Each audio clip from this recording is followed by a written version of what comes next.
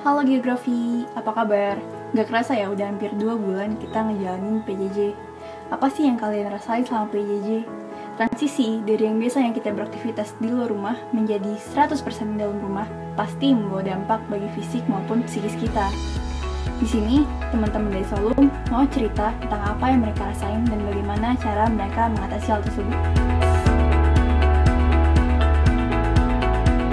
Bosan dan frustasi karena gue harus menghamin semua tugas sendiri. Serius, tugas banyak banget. Menjadi khawatir dan sedikit insecure. Tugasnya banyak, jadi bikin gue stres. Stres banget sih karena PJJ. Susah banget buat ngerti pelajaran, ditambah lagi tugas banyak banget. Ngerasa jenuh, terus sedikit khawatir sama gelisah.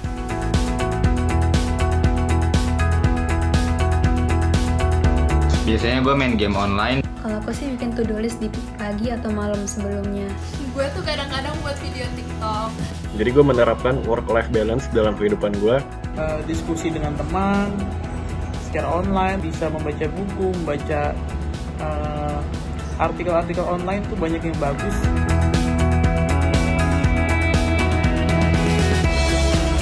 Jangan lupa kalau kalian itu tidak sendiri. Gue berpesan buat tetap semangat. Aku saranin untuk teman-teman semua untuk workout setidaknya 1 minggu sekali, dan jangan lupa untuk atur pola makan agar badan tetap kuat dan sehat. Semangat ya buat kalian yang lagi down banget sama yang namanya PJJ. Bentar lagi ini tuh bakal berakhir. Dan percayalah, perasaan yang kalian rasain itu cuma bentaran doang kok, gak lama-lama. Oke, selanjutnya kita akan mendengarkan penjelasan lebih lanjut mengenai kesehatan mental mahasiswa dalam pandemi COVID-19 oleh Kak Alia yang merupakan salah satu alumni Psikologi UI. Perkenalkan, nama saya Putri Amalia Zahra atau biasa dipanggil Alia. Saya merupakan alumni Fakultas Psikologi Universitas Indonesia. Pada kesempatan kali ini, saya akan sharing mengenai cara yang efektif untuk mengatasi stres selama masa pandemi ini. Seperti kita pahami bersama, beberapa waktu lalu sempat muncul curhatan atau celotehan di media sosial mengenai perlunya untuk tetap produktif selama berada di rumah saja. Berbagai tanggapan dari warganet, baik yang setuju maupun tidak, juga banyak sekali disampaikan. Di sisi lain, celotehan atau mungkin kita lebih tepatnya kita sebut dengan keluhan. Keluhan yang sudah merasa bosan selama berada di rumah saja tentunya juga banyak sekali disampaikan. Tentunya berbagai tanggapan, celotehan, dan juga kritik yang disampaikan tidak salah dan wajar sekali untuk disampaikan. Sebab, seperti kita pahami bersama, sudah kurang lebih sekitar 2 bulan kita sama-sama menjalani suatu rutinitas baru yang sangat berbeda dibandingkan biasanya. Perubahan rutinitas ini tidak jarang dan cukup rentan untuk menyebabkan stres. Kita tidak perlu untuk melawan atau justru menghindari stres yang datang. Yang dapat kita lakukan cukup dengan mengelola stres tersebut. Stres merupakan suatu situasi ketika seseorang mempersepsikan suatu kondisi atau situasi sebagai suatu masalah. Sebelum kita membahas lebih jauh mengenai cara yang efektif untuk mengelola stres, kita perlu untuk memahami bahwa terdapat 2 strategi untuk mengelola stres tersebut. Yang pertama, problem focus coping. Mekanisme ini menekankan pada strategi untuk mengelola stres dengan cara menghadapi secara langsung masalah yang menyebabkan stres dan mencoba untuk menyelesaikan masalah tersebut. Sebagai contoh, mencari informasi yang relevan, berdiskusi dengan ahli, atau menghubungi pihak-pihak yang menyebabkan masalah. Yang kedua, emotion focus coping.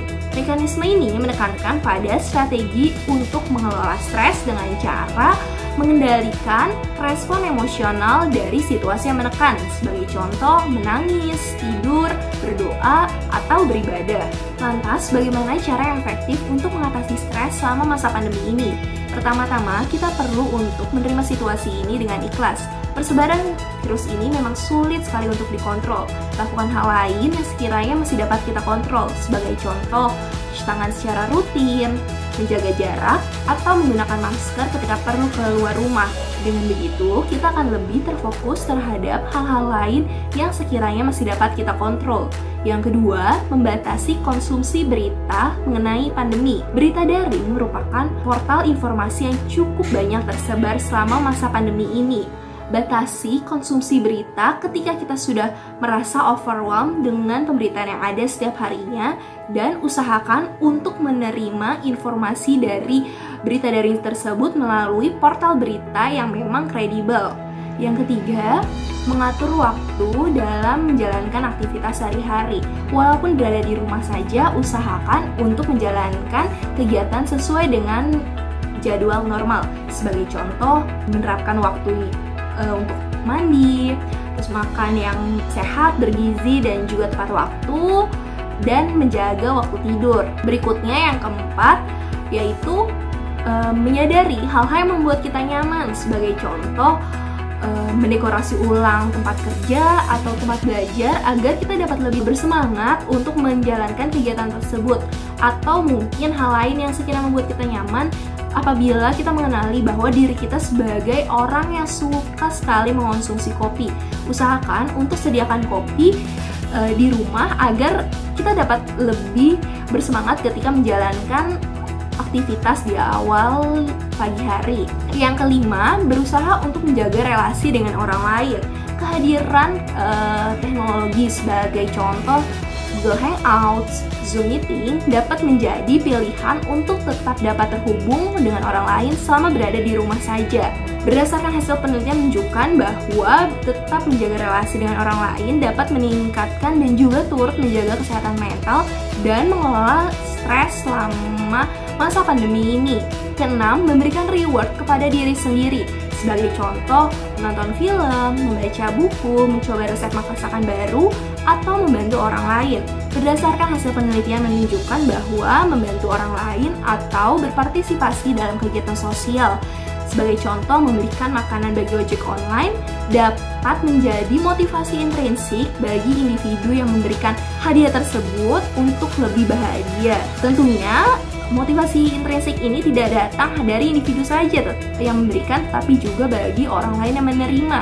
Dan yang terakhir, kita perlu untuk memiliki pemikiran positif bahwa keadaan ini hanya sementara waktu dan keadaan yang lebih baik akan datang. Oleh karena itu, tetaplah semangat dan tetaplah optimis bahwa keadaan ini hanyalah sementara waktu saja.